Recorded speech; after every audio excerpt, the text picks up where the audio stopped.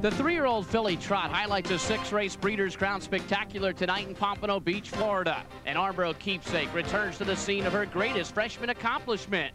In last year's Crown, she didn't just keep her opponents at bay, she annihilated the field and scored by 10 widening lengths. The victory doubled the pleasure for driver John Campbell, who surpassed the $100 million mark in career earnings.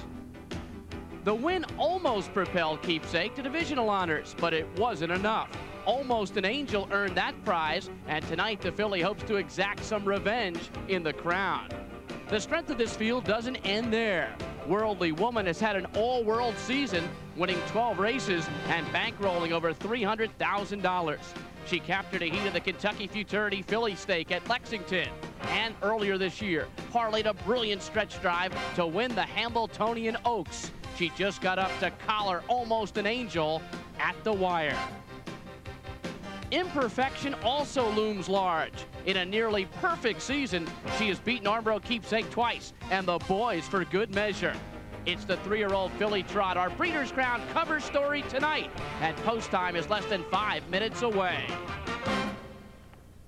A crowd of 10,000 expected tonight for the ultimate tests of the harness racing season. We're live on Florida's Gold Coast at Pompano Harness in Pompano Beach, Florida, as we present the 1992 Breeders' Crown.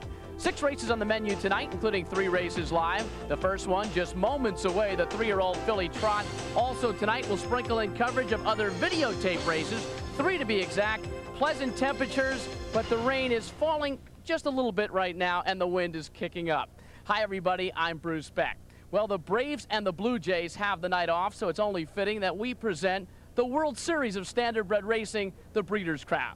This is the biggest night of the year in the sport. $1.8 million up for grabs, 6 races overall involving 2-year-olds and 3-year-olds, and in most cases, divisional honors up for grabs. Well, we're just moments away from our first race of the night, the 3-year-old filly Trot. Here's a look at the complete field and the odds. Gin Hanover, number 2, won a heat of the Bluegrass, 15-1. Armbro Keepsake with John Campbell driving 2-1. Sweet Young Thing is number 5, won the Kentucky Futurity Filly Division and currently being held at 5-1. Imperfection is 5-2.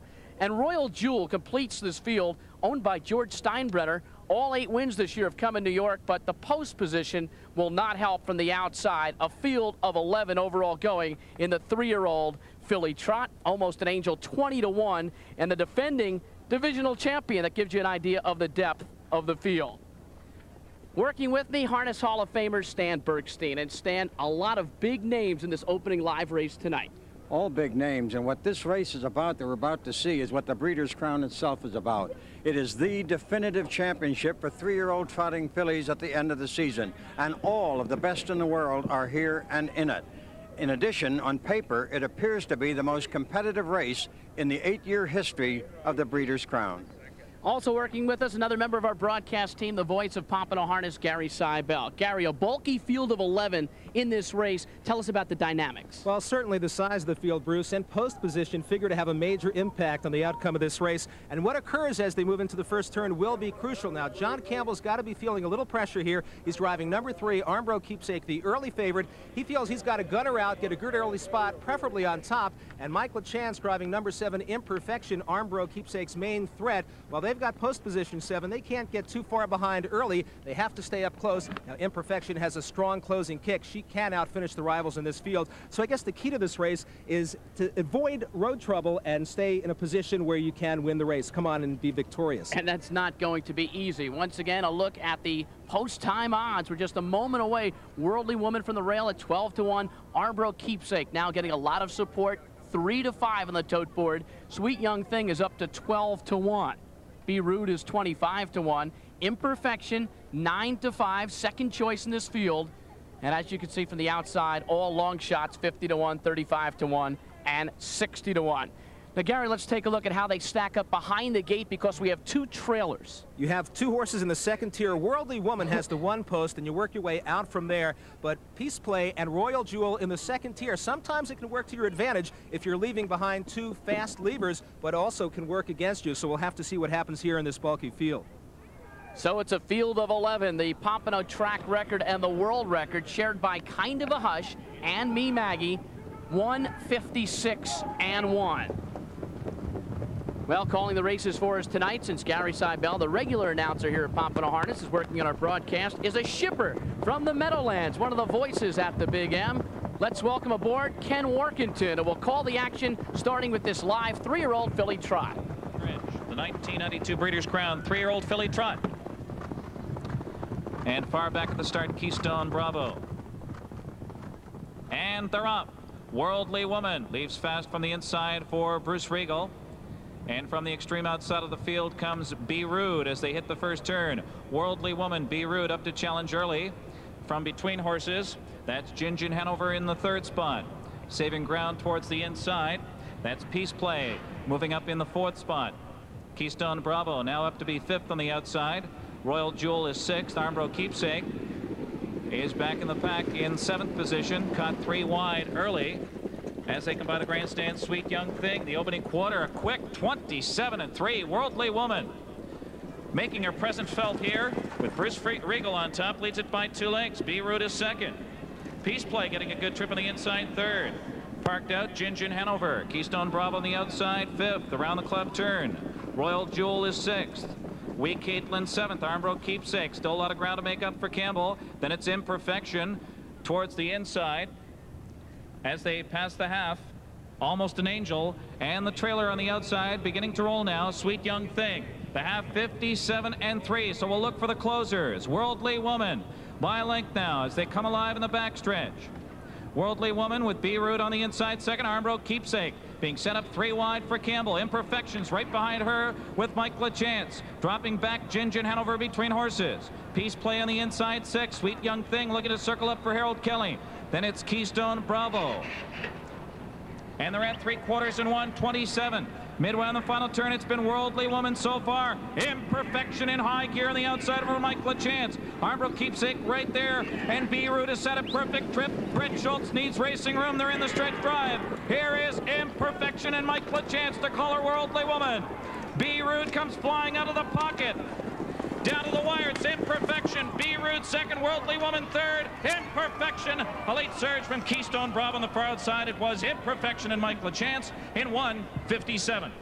So it's Imperfection, driven to victory by Mike LaChance, trained by a guru in the trotting ranks, Ronnie Gerfine, and owned by the Imperfection stable, Monticello, New York. Imperfection now with 10 wins on the year in 19 starts. You can see what happens in a bulky field like that. Worldly Woman with the rail in the best position there, and she fired off some very, very quick fractions, 57 into the half. She had the lead the whole way. Be Rude on the inside had a perfect trip, but the filly Imperfection, she stayed fairly close up throughout, was on the outside, but managed to last right to the wire with Be Rude closing strongly between horses for local trainer driver Brett Schultz. But Imperfection and Mike LaChance capture this event here impressively. So Imperfection not eligible for the Kentucky Futurity and the Hambletonian, but she had beaten the boys, and she gets sweet revenge here by winning the 3-year-old filly trot, our opening live race on this Breeders' Crown card.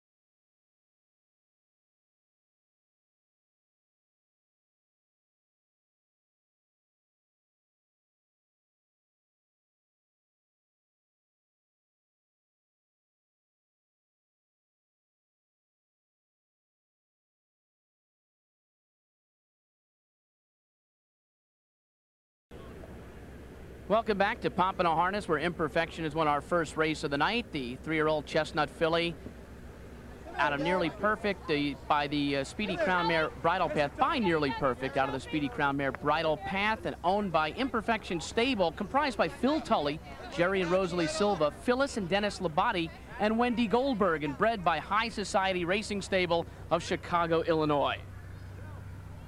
Phil Tully bought this horse last year at the Harrisburg sale for $100,000, despite the fact that she was tiny, despite the fact that she had only 2 stakes races scheduled for this year.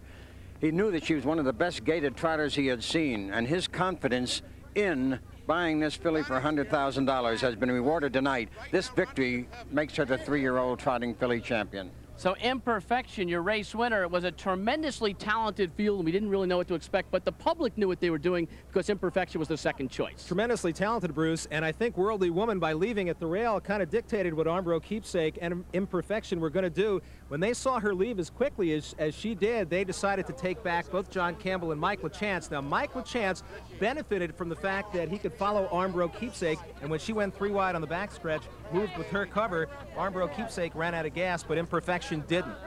Fact remains that he went clear around Armbro Keepsake, just overpowered her. And Stan, Ron Gerfine has become a magic man with trotters. Well, he has. He's going to become more magic because he bought and had owners buy for him this year some of the top yearlings in the yearling market. You'll see and hear more of Ron next year. He's going to have a powerhouse stable. So Imperfection's victory tonight certainly amplified by the quality of this field. Well, this is the 4th time she's met Armbro Keepsake. She's now finished ahead of her 3 times. I think this clinches it tonight as the title. And there's a good look at Mike LaChance. This is his 7th Breeders' Crown victory.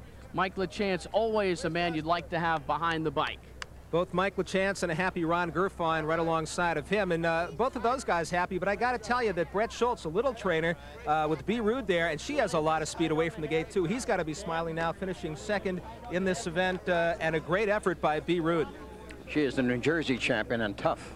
Here are the prices. Imperfection returning $5.60, $4 and $4. Price is okay. B. Rude was second, $10.60 and $6.20. Keystone Bravo, $6 to show. Time of the mile, 1:57 flat. Imperfection, who won an elimination of the World Trotting Derby and was 3rd in the final race of the World Trotting Derby, and a very, very nice win to start things off tonight. Here's the official order of finish. B. Rude 2nd, Keystone Bravo 3rd, Worldly Woman, then it was Almost an Angel, Wee Caitlin, and completing the rest of the field, Armbro Keepsake, the public's choice, finishing 7th. Then it was Peace Play, Sweet Young Thing, Royal Jewel, and Jin Jin Hanover.